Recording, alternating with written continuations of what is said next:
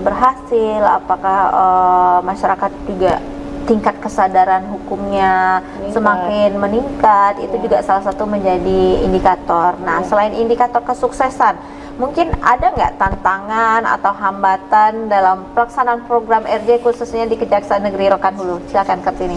Kalau untuk tantangan RJ sendiri mungkin pada saat proses perdamaian mungkin ya, untuk mencapai kesepakatan perdamaian itu kan kita perlu semua pihak ini untuk setuju kalau kita tuh mau berdamai gitu. Sedangkan para pihak ini terlebih dari misalnya korban atau misalnya keluarganya itu kan punya latar belakang yang berbeda. Kalau dari pelaku tentu saja dia pasti senang kan kalau mau di-RJ-kan. Cuma kalau dari korban dan keluarga mungkin ada perbedaan pendapat seperti itu. Tapi sekali lagi RJ itu bisa dilaksanakan apabila semua pihak ini bersepakat seperti itu untuk damai dan adanya pemulihan kembali.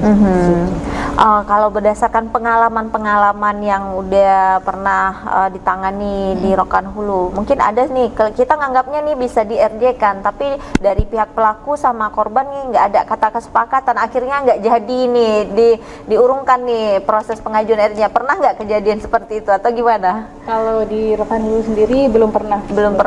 Yang berarti saya tangani, betul. Artinya memang yang kita ajukan itu yang memang sudah real, udah pasti ya, udah ada kesepakatan antara pelaku dengan korban ya. Betul. Karena tadi udah disampaikan juga bahwa untuk pengajuan RJ itu kan nggak asal-asalan juga, nggak hanya sebatas kejar target aja. Tadi sampaikan Adel kalau dituntut ini harus sekian RJ-nya, terus asalan-asalan aja kan nggak bisa juga, karena ini juga nggak hanya pimpinan Kejaksaan Rokan Hulu, tapi Kejati Riau, Kejaksaan Agung juga memonitoring ya semua pengajuan RJ yang diajukan ini ya. Jadi kita cukup selektif lah gitu Kak. Betul. Dalam menyaring apakah suatu perkara ini kemudian disetujui atau tidak.